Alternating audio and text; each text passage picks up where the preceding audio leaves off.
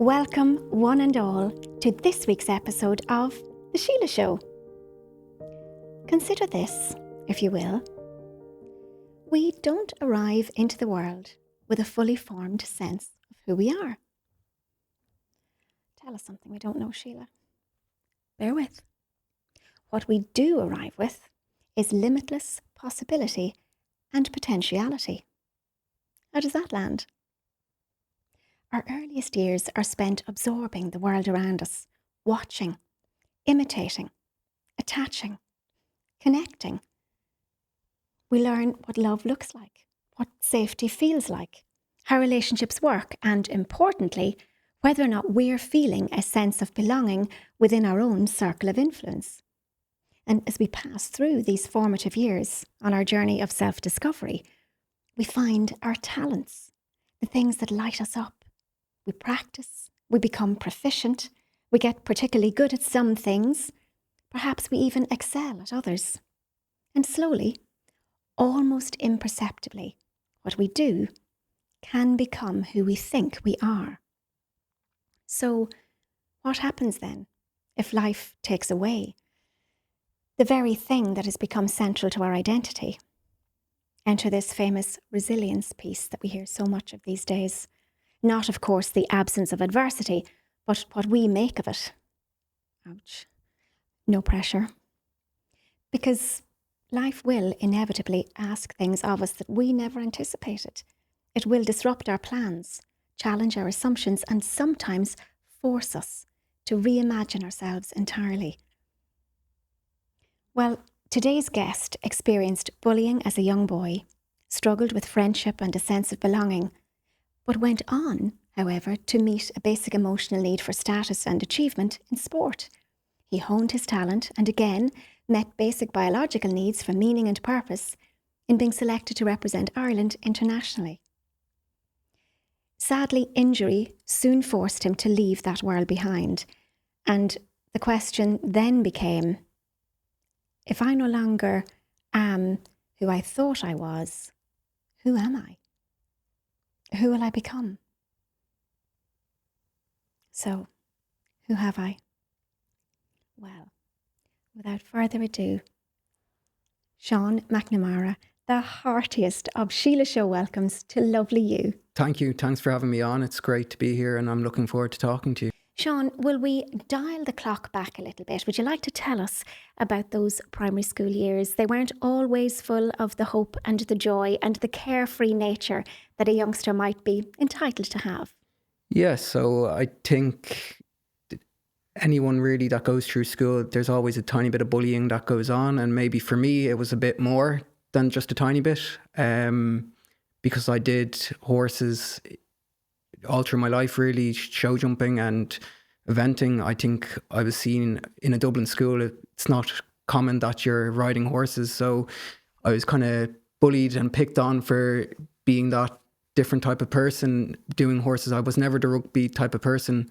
My dad be very big into the rugby. He went to the same school as me and he did very well with the rugby. And yeah, I just never had the build from it. I was always small and lean and I was never that rugby type of person. So I was always picked on for that. I was bullied. It kind of went all through primary and secondary school where I was always that odd one out and I wasn't that rugby head in a big rugby private school. So it was different, yeah. It can be difficult. I'm really sorry to hear that, Seán. So when did you start horse riding?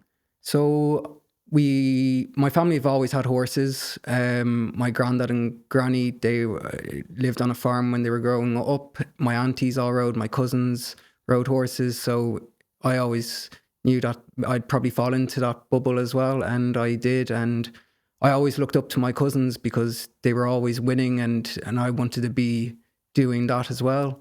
There's triathlon, which is running, swimming, shooting before the pentathlon, and I did triathlon for a while. My older cousin Dara did it, and Dara I always looked up to when I was younger, that cool older cousin, and I wanted to be what he was doing, and thankfully I did. In 2018 I won the national championship in Ireland, and it was great just to win it, and it's showing my cousins I can do it too.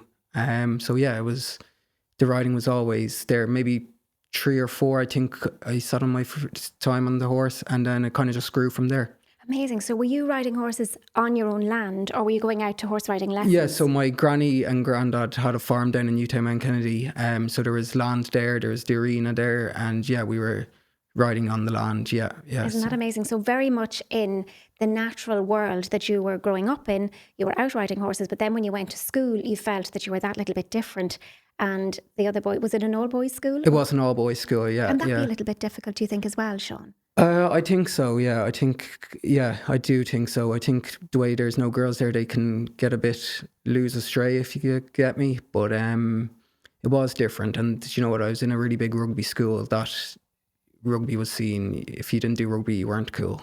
And yeah, I think that was it. That if I didn't play rugby, I wasn't seen as one of the cool kids. Where I rode horses, which was seen as gay. So I was slagged quite a bit for that, and yeah, that's really it. Yeah, it's very difficult. It is very difficult to feel that you're marginalised, that you're on the outside, because we're pack animals. We need to feel that we are involved and that we belong. Yeah, no, definitely. So did you find it difficult to make and maintain friendships? Oh, for sure. Yeah, like even today now, it's not that I've fallen out with people from school. It's just that my circle of friends would be from the horses and the athletics, with the pentathlon and tetrathlon. But yeah, most of my friends are horsey. Like one of my best friends, Robert, we grew up in what it's called the pony club. I was in Wicklow's, and he grew up with me competing, so we'd be very close. But yeah, just different interests. So I don't actually talk to many people from school. It's because just not the same interests, really. Yeah. And that's okay. I think that's quite typical. I think when people move on, they will probably have moved on from the majority of their school friends. Yeah. But I think maybe the point that you're making is that at that particular time, that tentative time, it was hard to make and maintain friendships. It's all very well to move on in the great scatter, and when we've all left school and gone to university and gone into our jobs, and noticed that you've not maintained friendships. But at the time, I think you found it quite erosive and lonely. Yeah, definitely loneliness there, for sure. I was always competing, even with the pentathlons and the tetrathlons, and then with show jumping. I was never really going out partying. I never drank, smoked, never did any of that. I just hadn't time for it. I was always competing. And with the pentathlon, then I was traveling the world. I never really got time just to chill and party. I wasn't that normal teen going through school where, you start partying in your 4th year. I think they'd start drinking and all. But for me, it was always my sport that came first. And even with school, I left school early in 5th year because I was dedicating it to sport. And yeah, I just think that for me, it was always sport was my number one. Sport was the number one. Was it a drug as such? Were you? Yes, it was. And I think looking back at it now, it really... So I did the tetrathlon, I won that in 2018. And then there's something called the pentathlon, which is running, swimming, shooting, and show jumping and fencing. And I fell in love with that. And I was going to world championships. I was Europeans, Olympic qualifiers. And then I think it was 2021 or so, 2020, I did my ACL, and that pulled my injury right back, and there was change of coaches and everything like that. So I think I stopped in 2020. I was trying to qualify for the games in 2020 in Tokyo, and I just called time on my ACL because I just couldn't do it anymore. There was a lot of rehab, and I just felt now was the time to retire from pentathlon. And look, I was very lucky to travel the world and meet amazing people, good coaches. And yeah, so that stopped in 2020. And it was a drug in the sense that I was always up training. I left school to go training full time. Trying to fit 5 sports of training in each day was pretty hard, but it's all I wanted to do. And yeah, I had no other way in life really, and it was a drug. Yeah, definitely. It's a drug in a good way and perhaps in a bad way, as all drugs are, from the point of view that when anybody gets involved in anything that becomes addictive, so any pleasure pursued to excess is potentially addictive. And by that we mean that if you're going to get your basic emotional needs met entirely through your involvement with that process or that drug or that substance, or in this case, your behaviour, albeit that it was a fantastic career move as well, when it is through that lens that you get all of your emotional needs met, there's an identity piece in there that can be very injured alongside the physical injury. Yeah, for sure. Like they always say an athlete dies twice. Once when they retire and then the second time when they actually die. And when I had to give up the pentathlon, it hit me hard because all I wanted to be was an Olympian. And I was training every day, 6 days a week, up at 5:30 for swimming each morning in my school and just training all day, every day. And I wasn't out partying. I had no social life at all. And that was my life for all through my teens and early 20s. And it's all I was doing was just training and trying to chase qualification for the games. So yeah, I retired in 21 or so, and I then went on to the racing. So yeah. So were you advised to retire, I Seán? was advised to retire from it. My physio said to me, look, it's going to be an operation. It's going to be long. So, and look, at the time with the change of coaches and stuff like that, I just said now's the right time just to retire. I felt that, it's not that I had enough, but the pressure was crazy on me. And I just said that I'd retire now while I could. Yeah. I sense that you were perhaps moving through some body grief at the time. So your body was so important to your capital S self. Yeah. That it was very hard for your small s self to manage without a body that could perform at the level you needed it to continue progressing your career. And I think that body grief at the time was probably what you resigned yourself to when you were in hospital at that time. You needed to go through the procedures. But I think by the sounds of it, Seán, you were probably quite burned out. Yeah, for sure. I was burnt out. Yeah, definitely. Just a lot. I was at a young age as well. And, you know, like I wasn't that normal 20-year-old doing stuff. I was different. And I know that myself. Seeing all my schoolmates, I was different to them in the sense I was competing at world championship level. I was representing my country from an early age, traveling the world, competing different countries. Everything was just different about it. But I loved it and I wouldn't change it at all. But unfortunately, yeah, I had to retire. There seems to have been some sort of, perhaps though, of, you know, a lack of connection for you, or a sense of not being connected whilst you were totally immersed in your sport and giving it all that you'd got. At the same time, just listening to you, I'm gleaning as well, though, that there was a part of you watching from the outside in through a window, a metaphorical window, at that young world that you weren't living. And I think body grief, for example, grief in general, has to be witnessed. Somebody has to see it with you, for you, through you, to help you to lay it to rest. And then your capacity has to be witnessed to get you up and running again. So I'm wondering, when you were in and out of Vincent's and then you ended up going into St. John of God's. Yeah, right? So I was in and out of Vincent's during my jockey career. So after I retired from the pentathlon, I was about a year or so just trying to figure out what I'd do. And one of my friends that's a jockey said, come and try this, it's good fun. And I didn't know, I'd never crossed my mind that I wanted to be a jockey at all. And I did it. I rode out in Gordon Elliott's and I fell in love with it. It was a different love to the pentathlon. Like, I loved this more than the pentathlon. The first time I went out, I was like, wow, this is amazing. So I was in Gordon Elliott's for a bit, and then I was with a trainer down in Wicklow, Prunella Dobbs. And then I was with Rochelle Dunn in Enniskerry, and I fell in love with it. And this was a drug. I was addicted to it. It was great. I loved it. I lived a life as a jockey. I was up early mornings, keeping my weight down,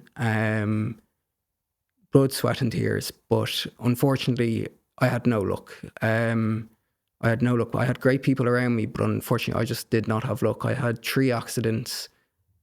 First one was rotational fall, second the same, and then the third.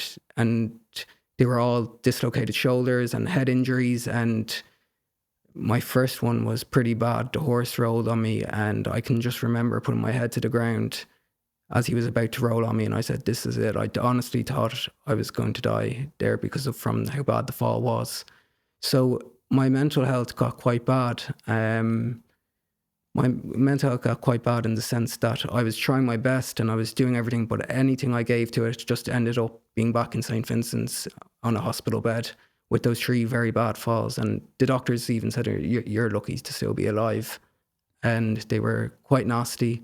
And I can remember them very well because of how daunting they were, the falls. And I can remember one of the times I arrived into the ambulance, into Vincent's, and my mum pulled up and she was going to talk to me, but they didn't even have time to stop and talk. They ran me into hospital on the trolley bed because it was urgent. And I could just see her face. And none of my family really wanted me to go racing because of how dangerous it is. And I can just remember my mum that day. I knew she was really hurt seeing me. They didn't know what was wrong with me. They broken ribs or whatever it was.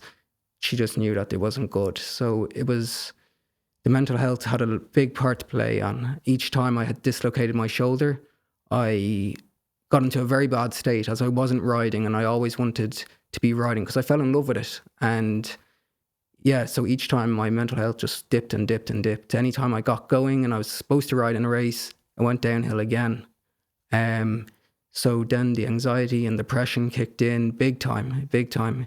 For 2 years, like, I just pulled myself away from everyone. I was a different person. Just because I was in love. It was a drug. It was destroying me. It was destroying my family. It was just, I can't even explain how bad it was, but I was addicted. And it was like, not that I know, but it was like I was addicted to the drug, being horse racing. I had great support in the horse racing, the Irish injured jockeys. Each time after my falls, I was in with Dr. Jennifer Pugh, with this gym coach, the physio. They were all great. They were great support to me while I was injured. And yeah, my mental health just went downhill. So after my 3rd fall, with my 3rd dislocation and head concussions and ribs, a few months after, I was admitted to St. John of God's. And because I just got that low. And it was, God, I didn't even want to go in. My auntie was telling me to go in. My mum was telling me to go in. My dad was saying, "Look, go in." And I really didn't want to go in at all. What part of it were you resisting? I wonder, was it acknowledging that there was something very real going on here that needed addressing by professionals rather than you just feeling down and sad? Yeah, I think in Ireland, if anyone hears, "Oh, you're going into a mental health hospital," you're seen as crazy. And I think the stigma around mental health hospitals in Ireland, people aren't aware of them as much. And I think for me, I was like, "Oh God, no, I'm not going in there." And I was resisting it quite a lot, saying I don't need to go in. But I knew myself the past 2 years of my racing career and how down I was. I did need to get it sorted some way. I was going to people to talk about how I am and stuff like that, but it didn't cross my mind that I'd go into hospital, that I was that bad. But I was that bad. My family could see it. My family could see how bad I actually was. And so I went into John of God's for 3.5 months. And then I was home for Christmas. And then I was back in again after Christmas for another 3.5 months. So 7 months I was in hospital, did it in between 25 and 26. And it was different. Like, when I arrived into hospital, it was crazy. They were going through my bags, taking my razors, taking chargers, anything that you would hurt yourself with. So it was different. Even in there, the windows don't open, they slide, and it's just, everything was just so different. But I settled in well. I had a very good team. I was under Dr. McWilliams, and the team around him, the team he has, were unbelievable with me. They were so helpful. Like Carol, Eugenie, if I named them all, Andrew, if I named them all, I'd be here all day, but they know who they are. And they were great. They really did. It was a long, tough battle. Like, I suffer quite badly with health anxiety and depression, and they really did manage me quite well in there. So mum got cancer when I was at a young age, 13, 14, I think it was. And that brought on the health anxiety. And I think since then I've always had health anxiety and worrying that I have cancer. And they really did, in hospital, they really did help me and sort me out. I'm not fully sorted out now, but they've helped me get better. They were great. They helped you maybe to join the dots and help you to understand why you were feeling some of what you were feeling. And I suppose the health anxiety piece as well then would have been pattern matched for you when you had the injuries yourself. Yeah, for sure. Yeah, definitely. The career and the future that you had planned for yourself was really dependent upon your health being good and you having your flexibility and your agility and your agency within that to continue doing what you had planned for you. Yeah, like I planned, like I really did try so hard at being a jockey. I didn't leave any stone unturned. Everything, I put my mind to it. I was up early mornings, 5 o'clock, 6 days a week, long drives, keeping the weight down. At one stage, I got my weight down to 8 stone 8. Like I'm 5'9", and 8 stone 8 for 5'9" it's not normal. So I was doing everything that a jockey was doing, but unfortunately I just didn't get the cherry on top by riding. And that was just brought on from injuries. So it was a tough time in life for sure. And those choices were taken out of your hands really then because you were feeling so poorly that you ended up going into St. John of God's. And when you went in, you wouldn't have realised it was going to be for 3.5 months, am I right? No, I got told, I said, the first time I met my doctor saying like, how long will I be here? Will I be a week, 2 weeks? He said, I don't know. He said 4 weeks maybe. But I had no clue at that stage that I know I'd be in here for 7 months. And it was different, like it's 7 months in a hospital is very long for anyone. It's a long time when you look back on it, for sure. And it's definitely a long time in linear time. It's a long time on the calendar. But clearly when you were in there, you settled into something that felt like home for you, the home that you needed to go to work out who you were and to understand that there is a life outside of sport. It's not necessarily what you wanted to work on, but I think it was probably the only way back for you was to begin to realise that there are other potentials and possibilities for you.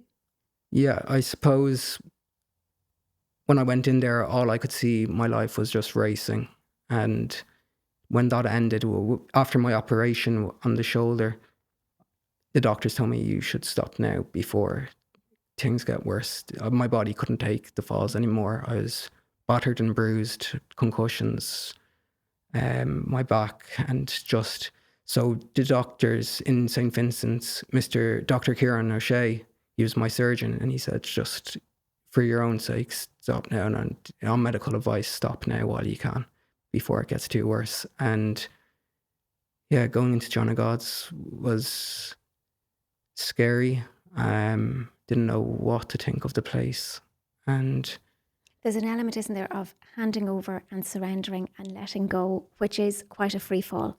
But it worked out for you, Seán. I think listening to you and just in the engagement we had in advance of our interview today, they helped you to refocus. Yeah, for sure. Like first 3 or 4 weeks in that hospital, I was resisting it and I wasn't accepting it that I was in hospital. But if I was to give any advice to anyone going into St. John of God's University Hospital, is just accept that you're there and get the help you need. Because once I accepted it, that I needed help, it became a lot easier. Once I wasn't fighting it, everything became a lot easier. I was getting on much better with doctors. I was opening up to doctors. Not that they were sporty, but they understood where I was in life. Like the nurses in there were unreal. They were so helpful. They could really relate and talk to me and bring me back down to earth. Although I didn't see any other way in life other than racing and my athletics career, they showed me that there is more to life than just horses. So it was different, yeah. And that's the emotional alchemy piece that becomes possible when you surrender yourself into the hands of the professionals who will very gently help you to help yourself eventually, which is the real piece that we need when we're in somebody's care like that, is to get that advice and help and connection with ourselves. with our bigger selves so that we can just go on and turn our pain into purpose.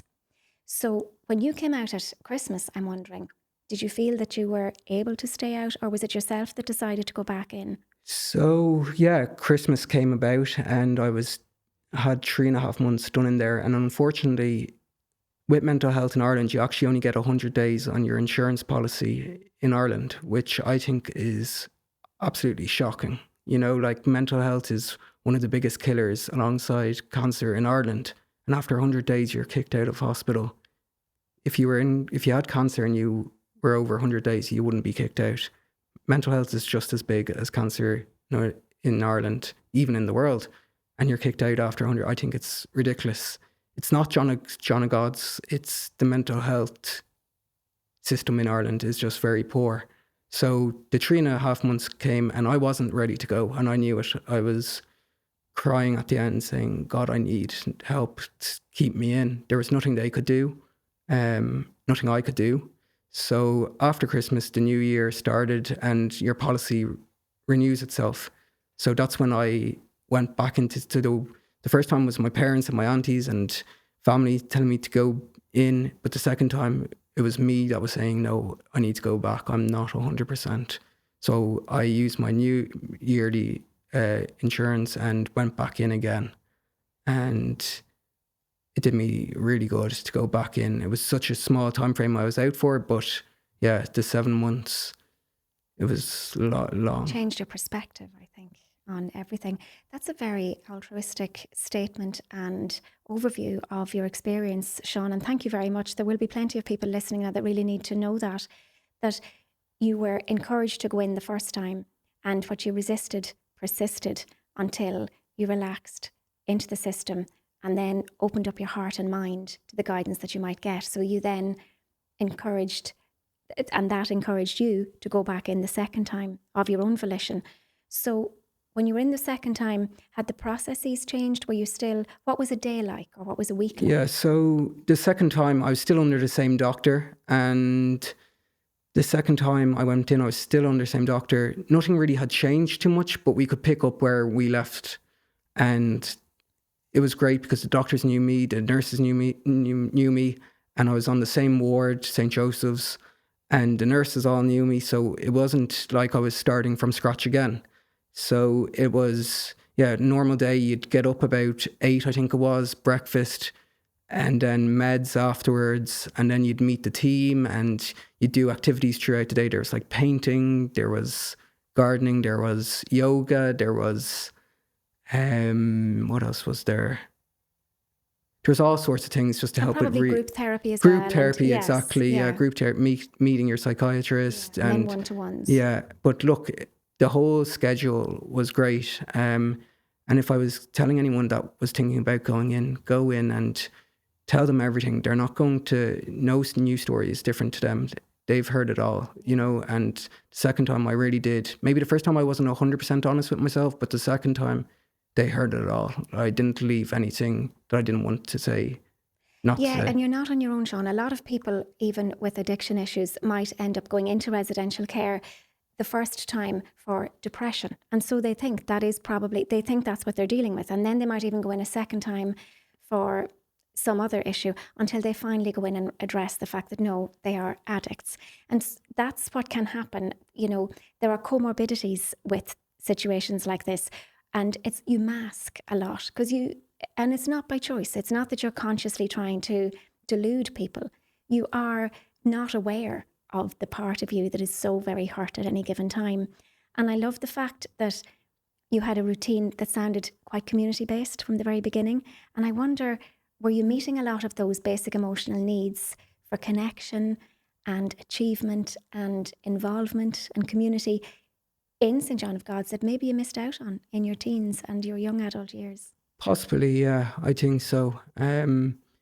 Look, they were great. And John of God's, I was very lucky to be under such... It was a slower pace, I think, than your world. Your world was very adrenaline driven. Yes, exactly. Outside. So maybe your body you were in your pain body. Yeah. And you just needed a chance to rest and repair. And sometimes it's harder to stay tight in the bud than it is to break open. Yeah, for sure. I can remember the first few days of hospital, I just slept and slept and slept. I was burnt out completely. After my operation and everything going on with the social media side of things, just everything, I was just wiped completely out. I was just so tired. I can remember sleeping.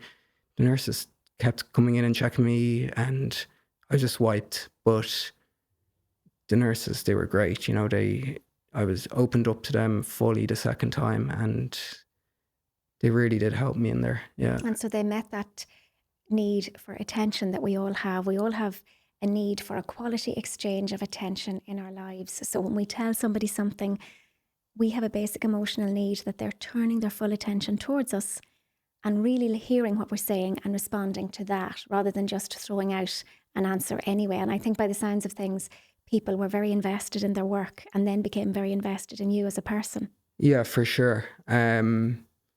Yeah, like everyone's experience in St. John of God's University Hospital is different, but for me, it was just that bit different, I suppose. I was that younger person in the hospital. You didn't see too many young people in the hospital, but for me, I was kind of on an older ward, which like people around my mum and dad's age, and I think there was 3 or 4 others around my age, and it was a bit daunting at times saying, why are you here at this age, But yeah. Daunting perhaps at one level, and yet at another level, we were chatting off mic about the fact that you're quite an old soul. And I wonder maybe, did you relate to those people quite naturally then? When you settled in, did you relate to the chats with these older people that had more lived experience than you? Because you had packed quite an amount into your few young years. Yeah, definitely. I think the patients you meet in there, they're like family, like everyone's in there for more or less the same reason along somewhat lines, but we all got on very well. There's like a little communal area on the ward, and you'd be sitting out there most nights talking, singing, laughing, and it was really like, it was like a second home. And it's tapping into something very ancestral as well, and very, very primal and very basic. We have a need. Like years ago, millennia ago, people would sit around a campfire chatting and talking, and it was as simple as that. So you were tapping into something quite ancestral that I just don't think got an opportunity to fire up and wire up in your young years because of your devotion to sport. With it wouldn't be helpful for you to be in any way admonishing about your young self. Your young, beautiful self took you to where you are today. And so wise for one so young, I would suggest, although it has been very painful to get here. Yeah. To be honest, like after the 2 years, I think it was Christmas, that I just had enough of life, like I was coming up had my 3rd dislocation, and I just like, the life's just not for me anymore. It was just nothing was going my way, like nothing. Everything was against me. It was just mountain after mountain climbing, and I just like, what is happening? So I can remember I was in hospital the first week, and then I think my dog died the second week. I was like, is it ever going to stop the pain and just mountains in front of me that I have to climb, and it just never seemed like it was going to end. Yeah. Oh, I really feel for you, Seán. That was really, really difficult. And again, for one so young, when we've been through many more decades of life, as I have been, we've seen all of those painful times. We've been through various shapes and forms of it. And over a while, the resilience piece that's overspoken of these days becomes quite natural and inherent. We realise that it's not about how many times we trip and fall, it's how quickly we get up. Yeah. But for one so young, that was the learning point for you. And so it was very, very difficult. You were pushing through that pain barrier, and it felt like a revolving door. Felt like you just couldn't get to the far side of it. Yeah, definitely. And I think when I was racing, a lot of these problems got brought on because of how dedicated I was to being a jockey, and there were problems there, but I weren't addressing them as such. I was just very focused on one thing and one thing only, and I had problems that I wasn't sorting out. I wasn't talking to anyone that I'm finding distressful. I was looking for your next ride. It was just chasing that next winner, I suppose. And I just got so down. So you had taken your amateur jockey license, am I Yes. right, at a certain stage, and you were going to go into the riding headlong, and this was going to now put the plaster on what had happened before. But you were noticing, were you, Seán, that there were certain stresses and anxieties that you weren't addressing? You were aware? Yeah, so I took my amateur license out in race in Kildare. Just there's the training centre for jockeys is out in the Curragh, and I took my amateur license out. In the first year, I had turned my head to racing. I took the license out.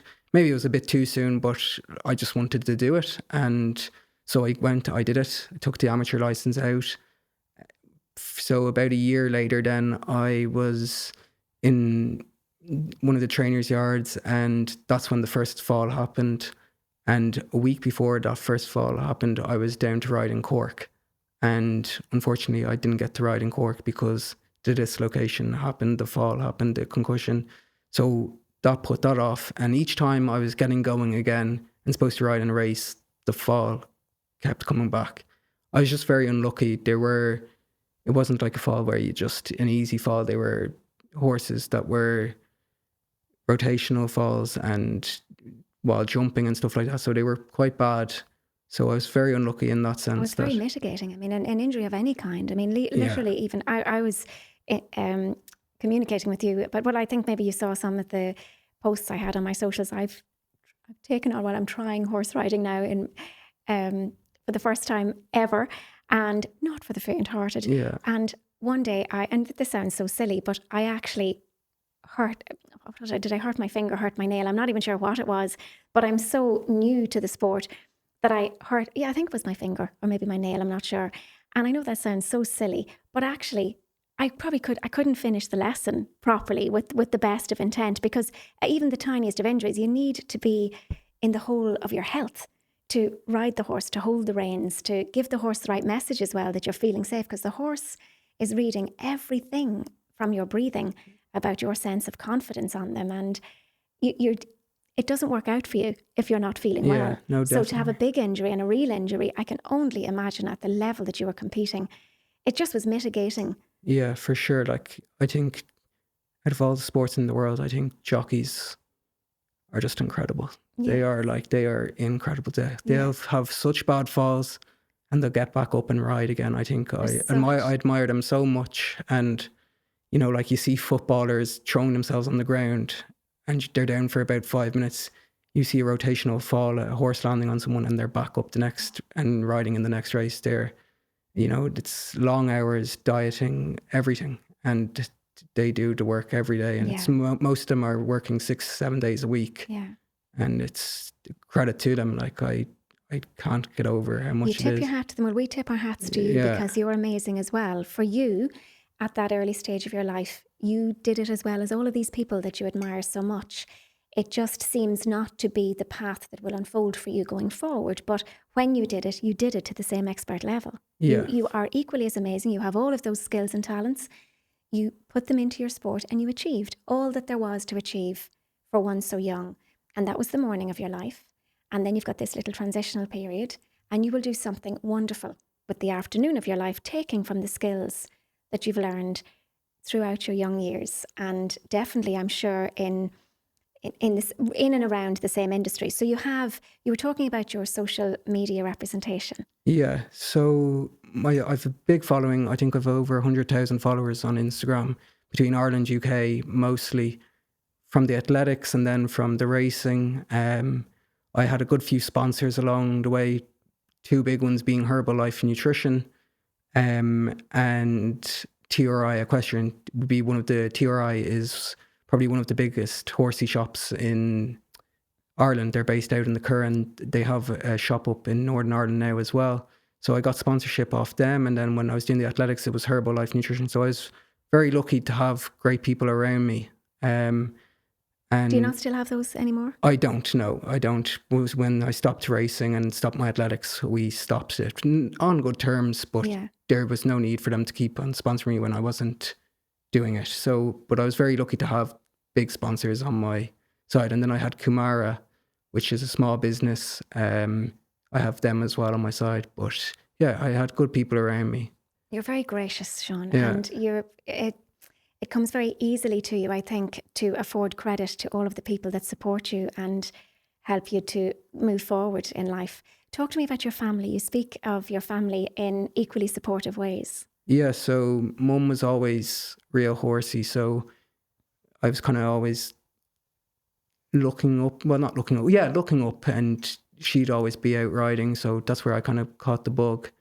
And Dad was big into the rugby, so it didn't go down that way. My brother actually did, so my brother would be quite rugby headed.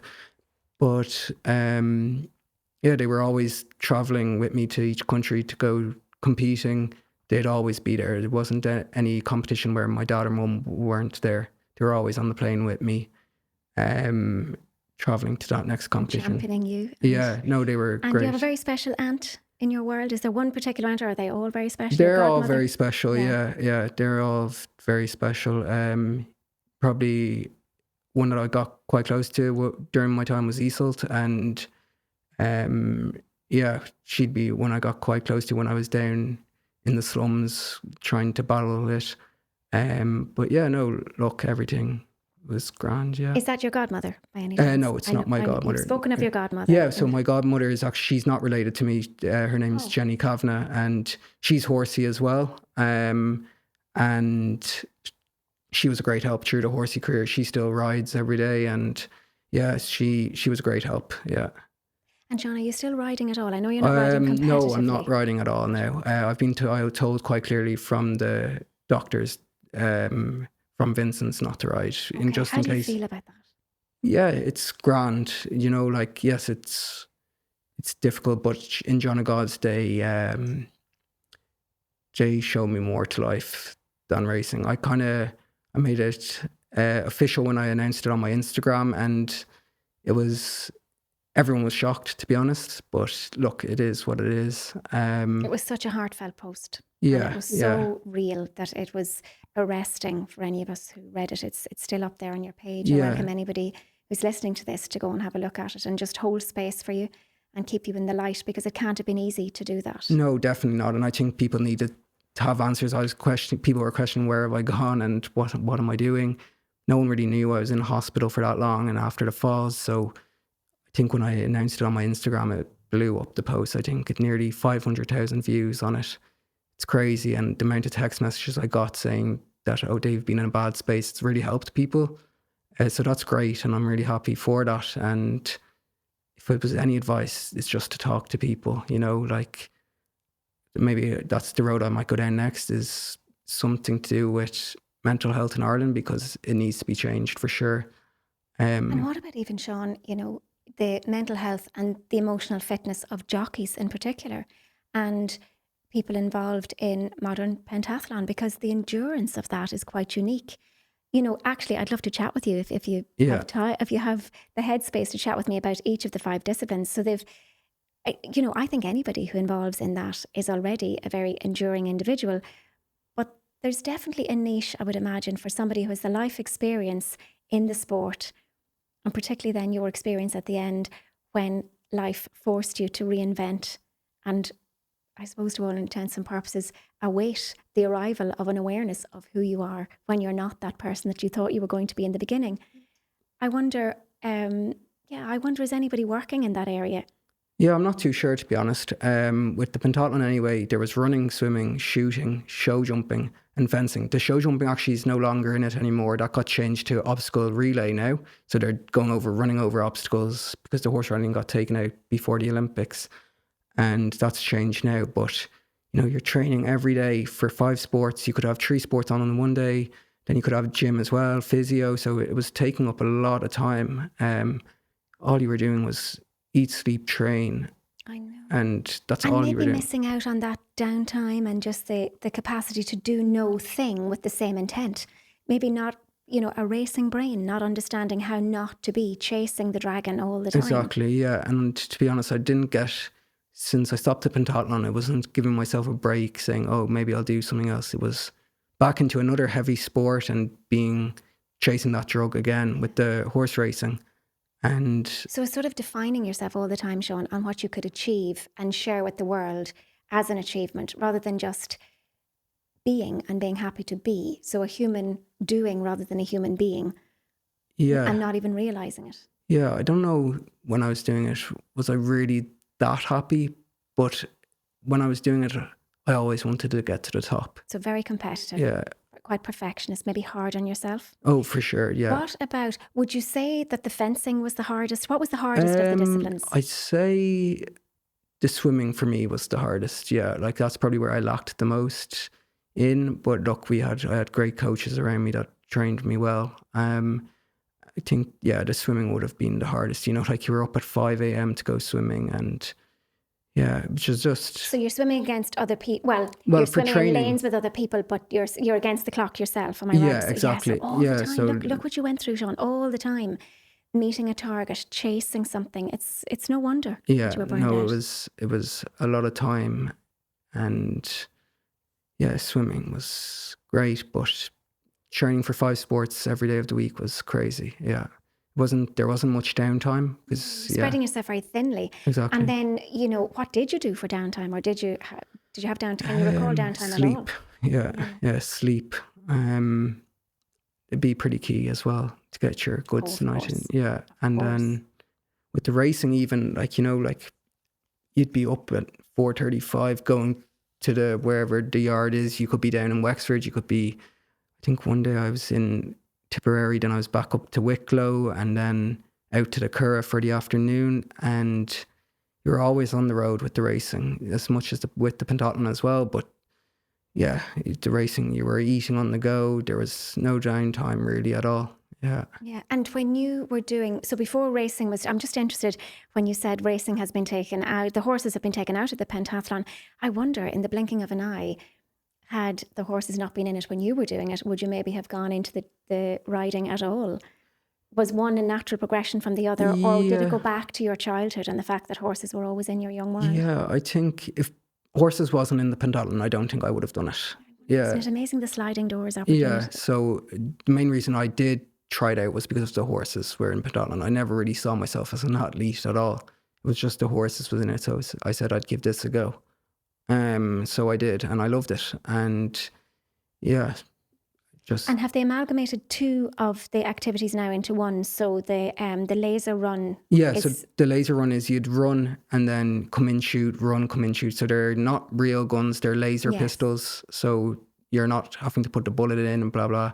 It's just run in, shoot, run in, shoot. But again, it's the sprint, stop, shoot, and then trying to get the motivation to get up and go again. All of that is very enduring. Exactly. Very getting your heart rate down and being real still. It's very challenging. Yeah. There's great athletes now at the moment in pentathlon, a young group coming up, and they're doing very well. So it's great to see that. And yeah, they're going to be the next top athletes. I have an idea for you, Seán. I think you'd probably love maybe to work with RTE or TG Ceathair, or I don't know, some bigger funded production company, and do a reality pentathlon. So you're talking about this young group or team or whatever. Is it a group, one group, or a team you're talking about? Yeah, it's a team. Yeah. Okay, so you're watching them, and you've been in the sport, and you're watching them now, and you're able to appraise them, and because you know what's good and what's not. You can see the traits, but you'd also be able to see the pitfalls. You'd be able to spot a mile away when somebody is pushing beyond their own capacity.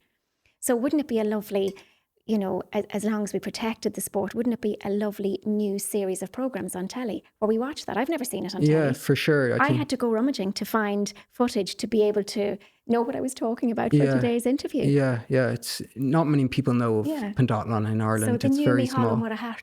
Of the pentathlon. Yeah, we need it. Definitely. I think it could be spoken a lot more about and get more people into it. It's a very small sport in Ireland, where other countries it's massive. Yeah. Ireland's very small, so any publicity for it is great, and I have a few other podcasts and radio shows coming up with RTE and stuff like that, and yeah, definitely trying to get the word out there would be great.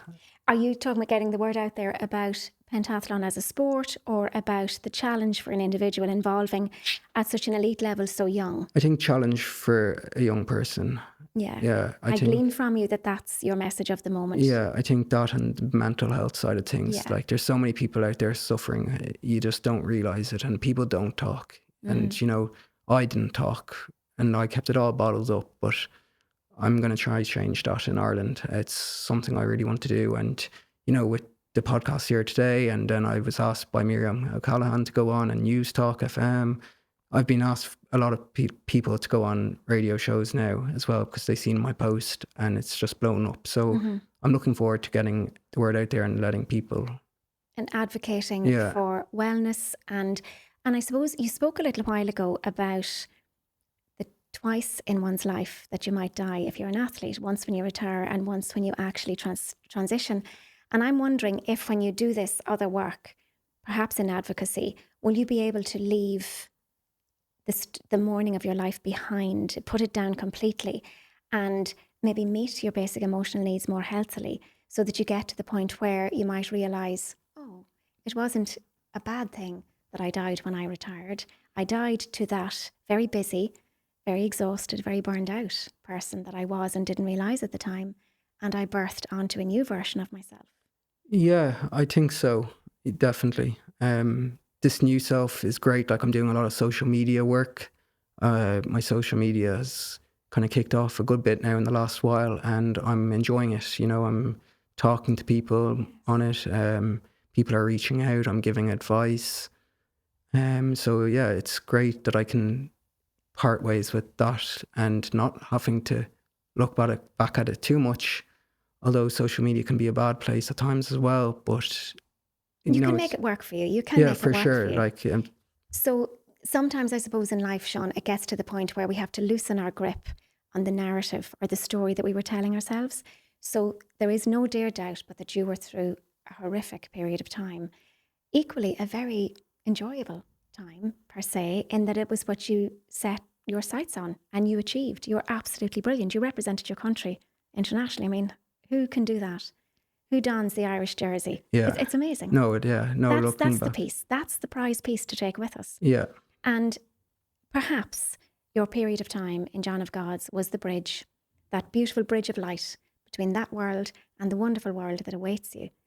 And perhaps the magic and the enduring part of the magic is in the emotional fitness piece, that bicep curl for your brain, to realize that it took that pain to break open into this purpose and that it was never in vain and you didn't have just bad luck. Perhaps you can, over a period of time, change your attitude, tell yourself a different story about it. And it, you know, it's an investment. It's something that would be a practice, not a mandate, that you would look at the story that you tell yourself now.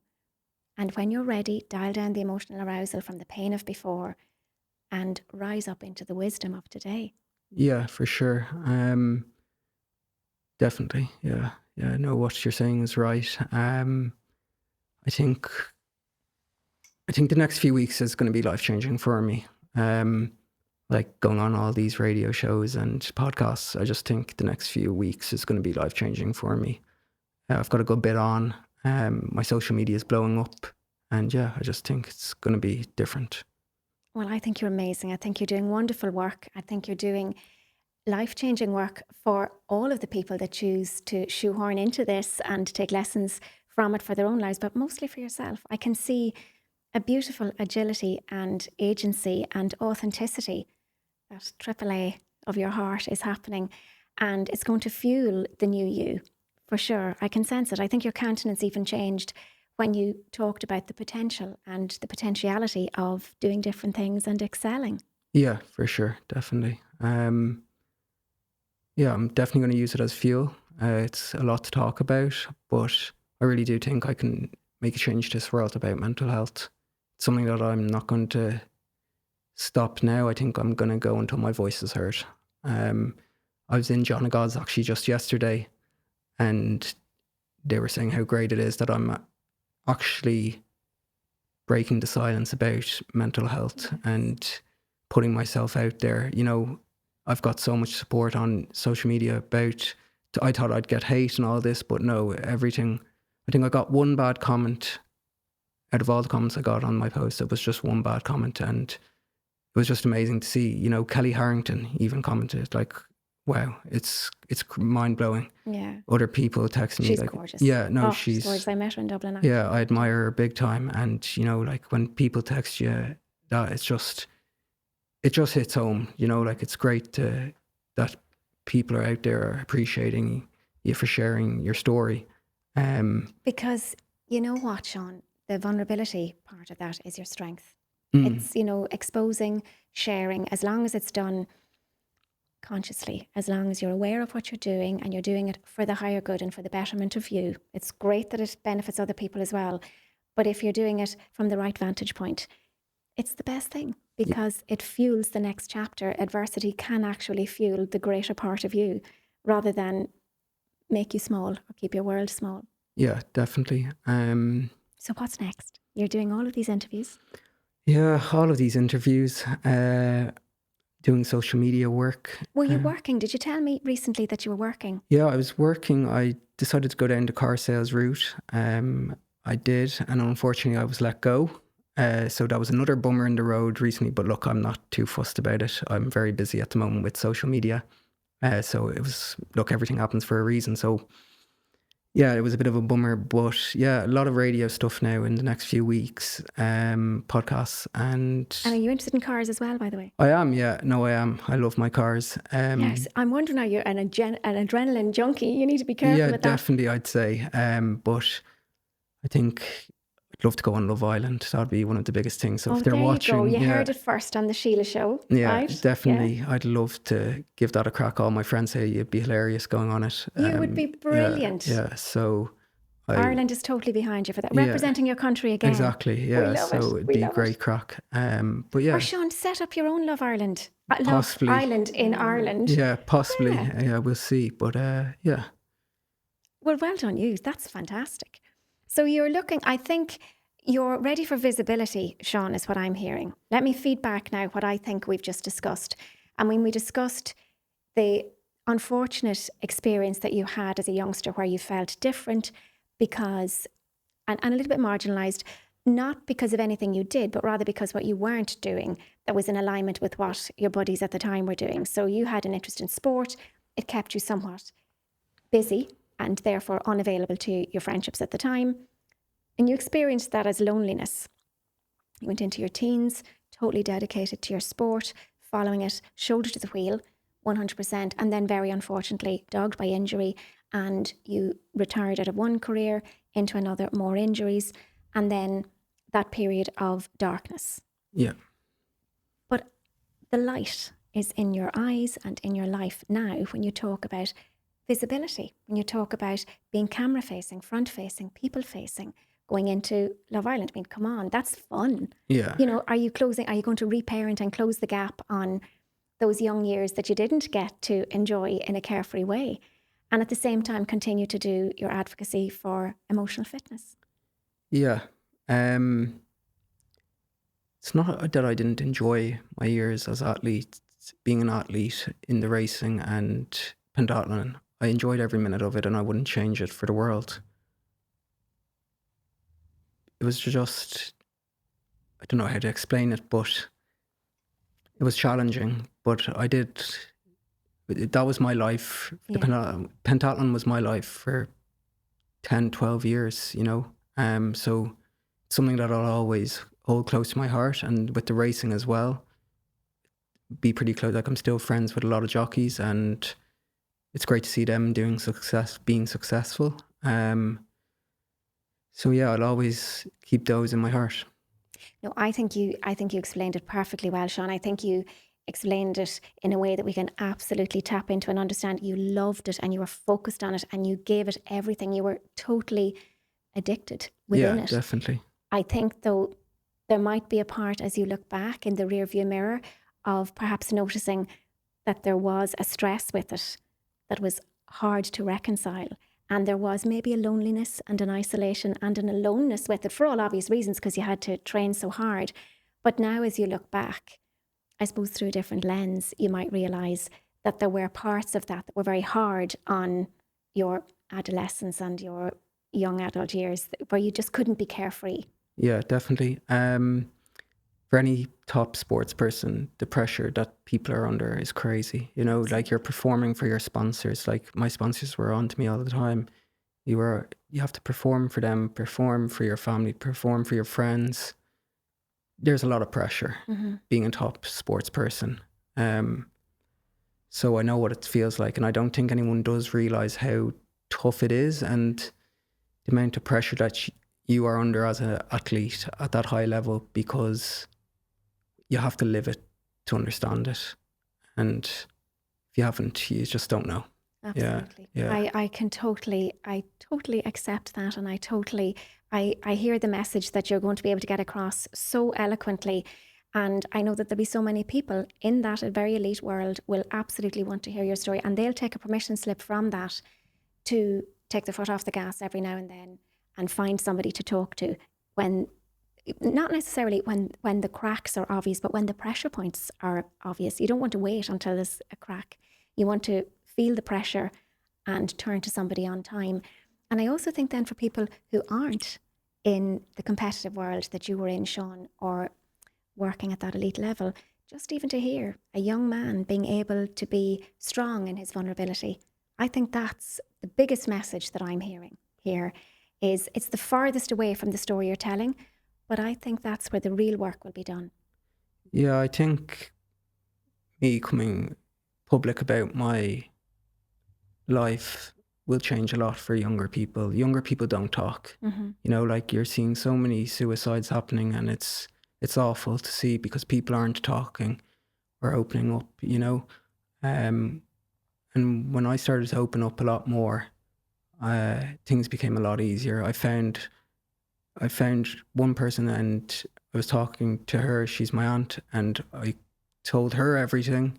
I didn't want to tell my parents because I didn't want to make them upset, worrying about me and whatnot. But I told my auntie everything, and that's when once you start telling one person, that's when the help starts to roll in. If you have one person that sees you, hears you, and values you in that moment, it can be all it takes to give you the confidence then to push through and get the support that you need. Exactly. I agree with you. I agree. Well, it feels like a perfect place perhaps to rest our conversation for today.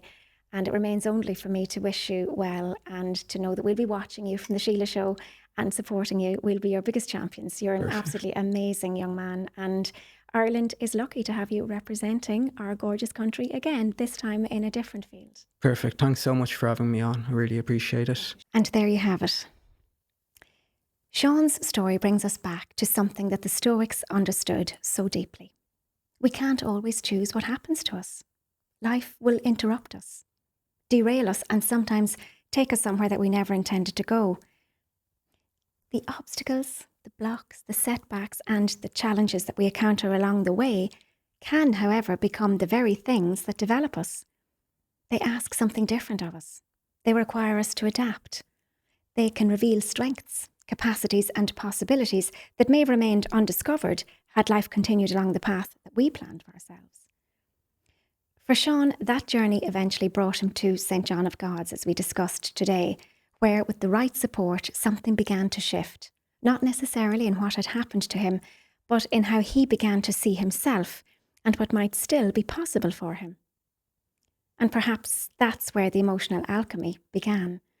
Not by denying what hurt him, not by rushing to make meaning from or of it, not by forcing himself to turn pain into something positive, but by meeting reality as it is, becoming curious about his response to it and asking what that experience is asking of him.